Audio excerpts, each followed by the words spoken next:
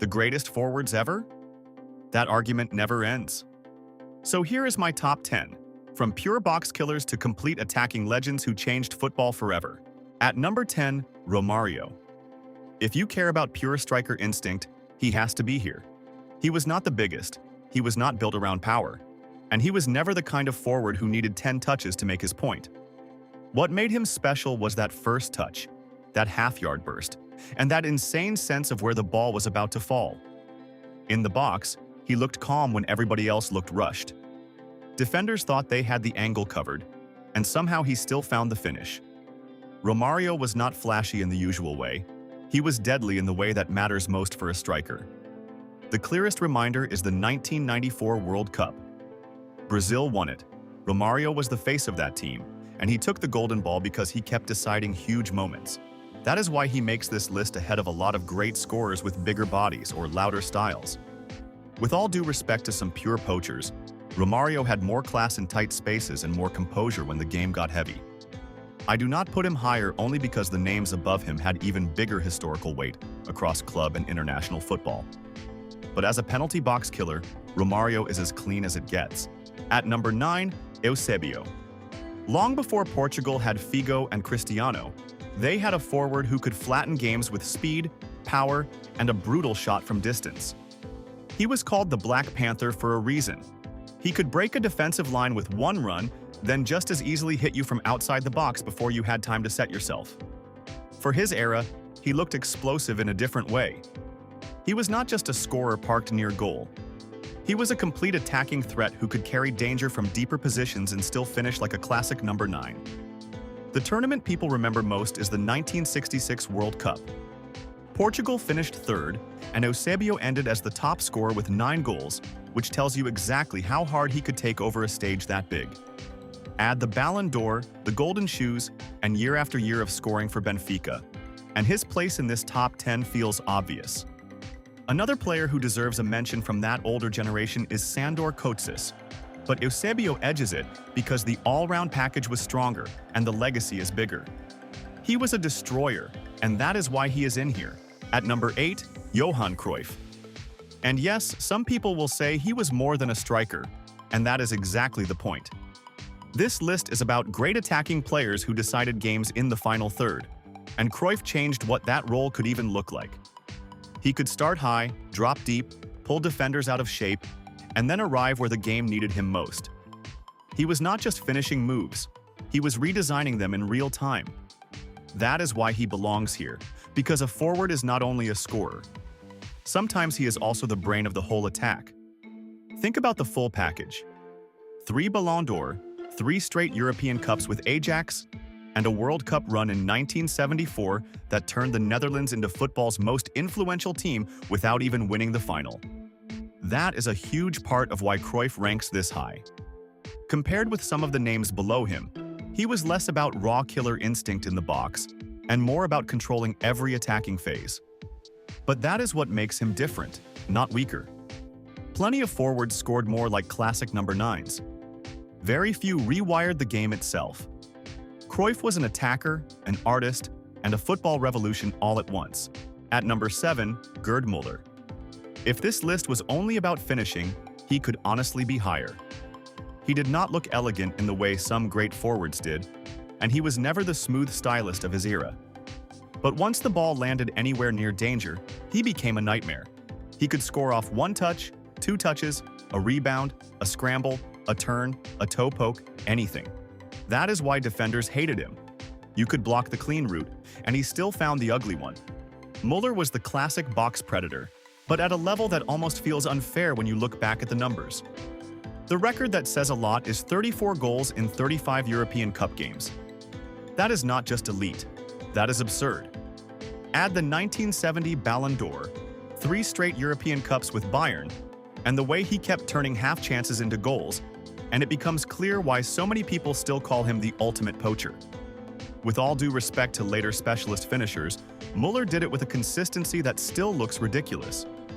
I leave him at 7 because the men above him gave you more in terms of all-round play or overall football influence. But as a pure scorer, Gerd Muller is basically football law. At number 6, Ferenc Puskas. He was a global superstar before football even looked like the modern global machine we know today. And the reason is simple. He was unbelievable.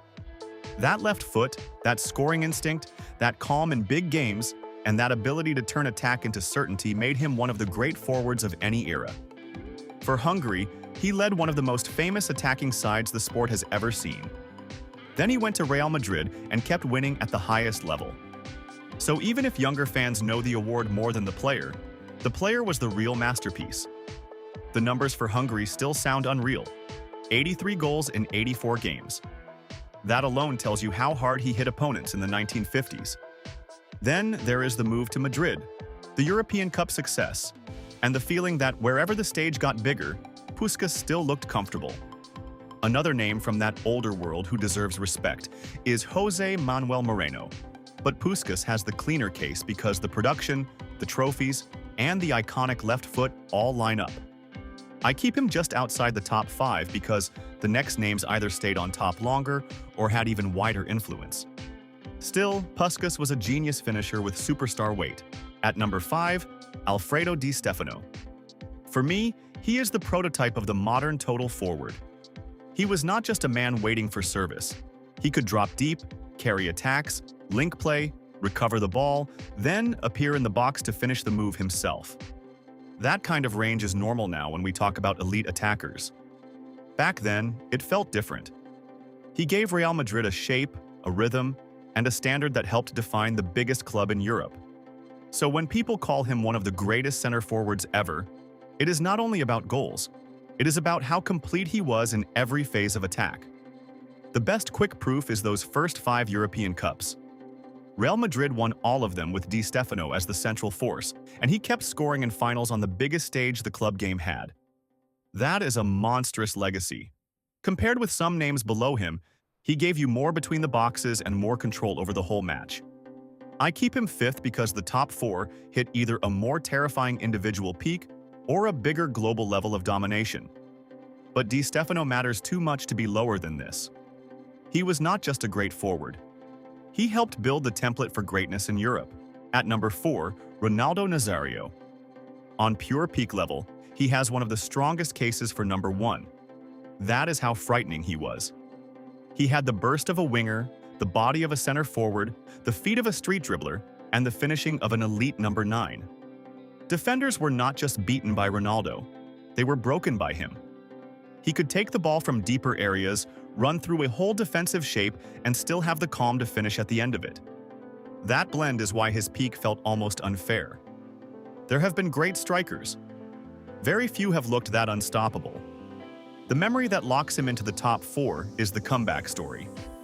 After brutal injuries that should have ended that level of dominance, he returned and led Brazil to the 2002 World Cup with 8 goals, including both in the final. That matters because it showed the greatness was not hype.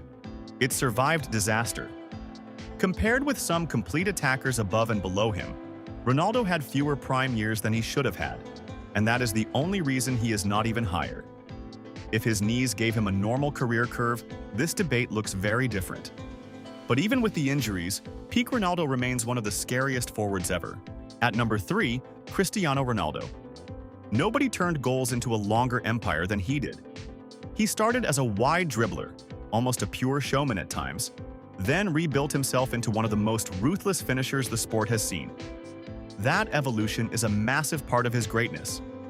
He did not stay one player and wait for football to adapt to him.